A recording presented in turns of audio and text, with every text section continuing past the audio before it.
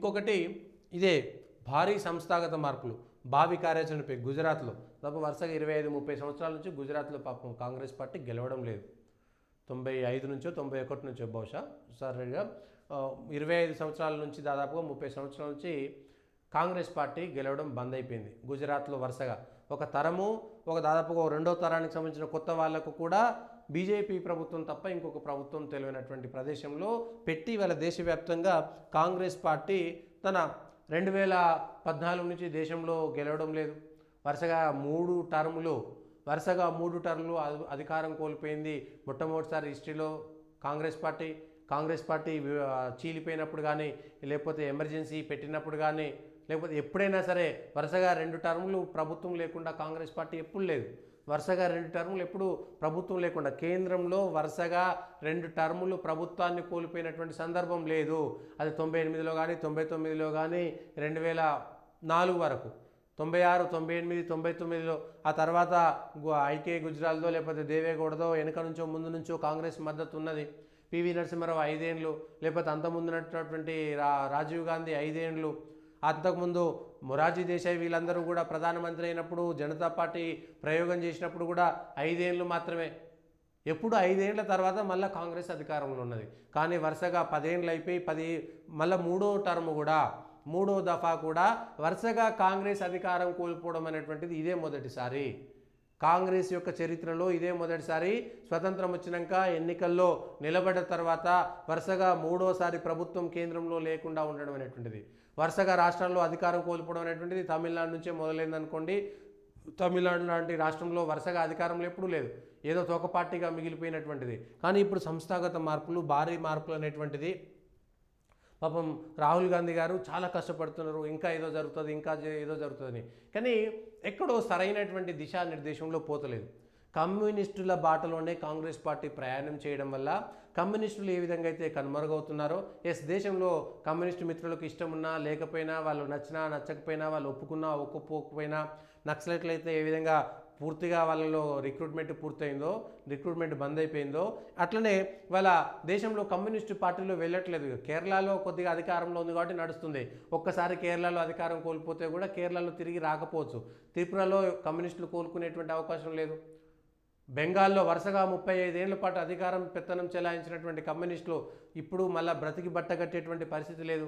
దేశంలో ఆ కాంగ్రెస్ పార్టీనో ఆ పార్టీతో ఈ పార్టీతో పొత్తు పెట్టుకుంటే తప్ప 4 ఎంపీలు గెలవలేనటువంటి పరిస్థితిలో కమ్యూనిస్టులు ఉన్నారు.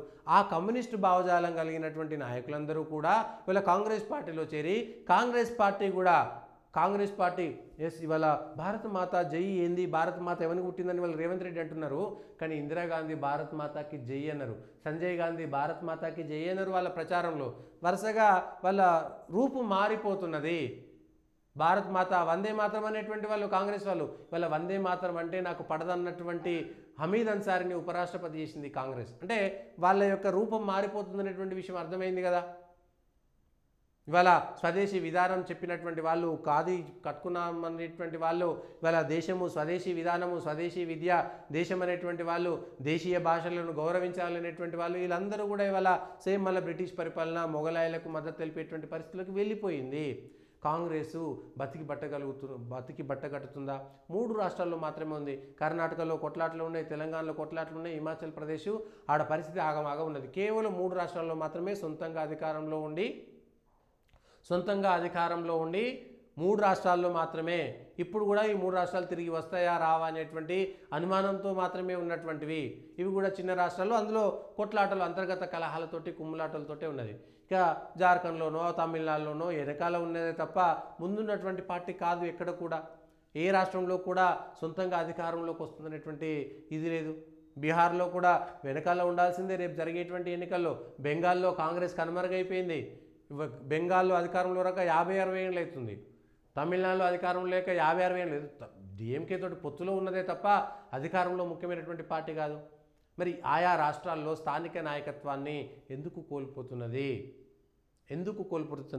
కాంగ్రెస్ నుంచి విడిపోయినటువంటి వాళ్ళందరూ కూడా వైఎస్ జగన్ కానీ, లేకపోతే తృణమూల్ కాంగ్రెస్ కానీ, లేకపోతే శరద్ పవార్ కానీ, ఇట్లా అనేక మంది నాయకులందరూ కూడా ఆయా రాష్ట్రాల్లో పాతుకుపోయి వాళ్ళ యొక్క దయాదాక్షిణ్యాల మీద వాళ్ళ కాంగ్రెస్ పార్టీ బ్రతకాల్సి వస్తున్నది. అనేక రాష్ట్రాల్లో వరుసగా 3 టర్ములు 4 టర్ములు బీజేపీ అధికారంలో ఉంటాయి. త్రిపుర లాంటి రాష్ట్రంలో, అస్సాం లాంటి రాష్ట్రంలో కూడా బీజేపీ 2 టర్ములు గెలిచిపోయింది. యూపీలో కూడా 2 టర్ముల నుంచి అధికారం లేదు. అంతకుముందు సమాజ్వాదీ పార్టీ ఉన్నది, అంతకుముందు బీఎస్పీ ఉన్నది. కానీ కాంగ్రెస్ అధికారంలోకి రావడం మాత్రం కలగా మారిపోతుంది పెద్ద పెద్ద రాష్ట్రంలో.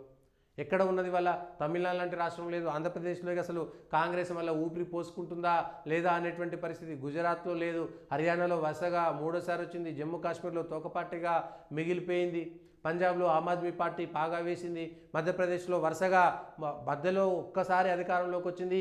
బీజేపీ కాంగ్రెస్ కొట్లాడుకుంటున్నా కూడా మధ్యప్రదేశ్లో వరుసగా 20 ఏళ్ళు 25 ఏళ్ళు బీజేపీ అధికారంలో ఉంది, మధ్యలో ఒక టర్మ్ తప్ప. ఛత్తీస్గఢ్లో వరుసగా 15 ఏళ్ల తర్వాత ఒకసారి అధికారంలోకి వచ్చింది. మళ్ళీ ఛత్తీస్గఢ్లో బీజేపీ వరుసగా 2వ సారి అధికారంలోకి వచ్చేసింది, అయిపోయింది. బీజేపీ ఇవాళ కాంగ్రెస్ ఓడిపోయి బీజేపీ అధికారంలోకి వస్తున్నది. ఏ రాష్ట్రంలో కాంగ్రెస్ బలంగా ఉంది? ఆయా రాష్ట్రాల్లో స్థానిక నాయకత్వాన్ని ఎందుకు బలపరచుకోలేకపోతుంది? స్థానిక నాయకులు ఎందుకు ఎదగలేకపోతున్నారు? జాతీయ స్థాయిలో ఎందుకు పేరు ప్రఖ్యాతులు రాలేకపోతున్నాయి? భారతీయతను కాంగ్రెస్ పార్టీ వదులుకోవడం అనేటువంటిది మంచిదా చెడ్డదా?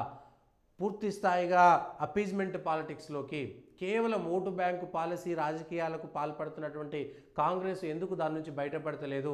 ఎందుకు విదేశీ భావనలు ఉన్నటువంటి శక్తుల నుంచి కాంగ్రెస్ పార్టీ బయటపడట్లేదు? శ్యామ్ పిట్రోడా లాంటి వాళ్ళు, మణిశంకర్ అయ్యర్ లాంటి వాళ్ళు ఎందుకు కాంగ్రెస్కు సరైనటువంటి సలహాదారులు రావడం లేదు? ఒక్కసారి కాంగ్రెస్ పార్టీ ఇవన్నీ సమీక్ష చేసుకోవాలి. ఎక్కడో చోట బీజేపీకి వ్యతిరేకంగా అక్కడిక్కడ గెలిస్తేనో, లేకపోతే తెలంగాణలో టీఆర్ఎస్కి వ్యతిరేకంగా కాంగ్రెస్ కోటేశారు. కాంగ్రెస్ మీద ప్రేమ కాదు, కర్ణాటకలో బీజేపీ మీద కోపంతో కాంగ్రెస్కి ఓటేసారు. సో ఇవన్నీ కూడా కనబడుతున్నాయి. సో వీటిని ఎట్లా అడ్రస్ చేస్తుంది కాంగ్రెస్? మళ్ళా అధికారంలోకి వస్తారా? 2029లో కూడా కాంగ్రెస్ కేంద్రంలో అధికారంలో రాకపోతే, ఉన్న ఈ 2-3 రాష్ట్రాలు కూడా కోల్పోతే కాంగ్రెస్ ముక్త భారత్ అవుతుందా? మోడీ కలలు అన్నట్టుగా 3 రాష్ట్రాలు పోతే కాంగ్రెస్ ముక్త భారత్ అన్నట్టు లెక్క. ఏదో అక్కడక్కడ పొత్తులో భాగంగా ఏదో ఒక చిన్న రాష్ట్రంలో ఉన్నా కూడా కేవలం దాదాపుగా 90% అయినట్టే లెక్క. ఈ ఉన్న 3 రాష్ట్రాలు కూడా కాంగ్రెస్ ఓడిపోతే కాంగ్రెస్ ముక్త భారత్ అన్నట్టే వాళ్ళ భారతదేశంలో. మరి కాంగ్రెస్ ఎందుకు పుంజుకోలేకపోతున్నది? ఎందుకు తన మూలాలను కోల్పోయింది? ఎందుకు భారతీయ ఆత్మను కోల్పోయింది అనేటువంటి విషయాలను ఒకసారి ఆలోచించాలి. చరిత్రలో చేసినటువంటి తప్పిదాలు, ఎమర్జెన్సీ కానీ, దేశ విభజన కానీ, మిగిలిన అనేకమైనటువంటి అంశాలని రాజీవ్ గాంధీనో రాహుల్ గాంధీనో ప్రమోట్ చేయడం కోసం ఇవాళ సింధియాలు ఎందుకు వెళ్ళిపోయారు? ఇవాళ రాజేష్ పైలట్, సచిన్ పైలట్ ఎందుకు అన్యమనస్కంగా ఉన్నారు? ఎందుకు ఇవాళ హిమంత బిశ్వ శర్మ కాంగ్రెస్ నుంచి వెళ్ళిపోయి బీజేపీలో ముఖ్యమంత్రి అయ్యాడు? ఎందుకు నాయకత్వాలను ఇవాళ గుర్తించలేకపోతుంది? వాళ్ళకు పూర్తి స్థాయి స్వేచ్ఛను ఇవ్వలేకపోతుంది?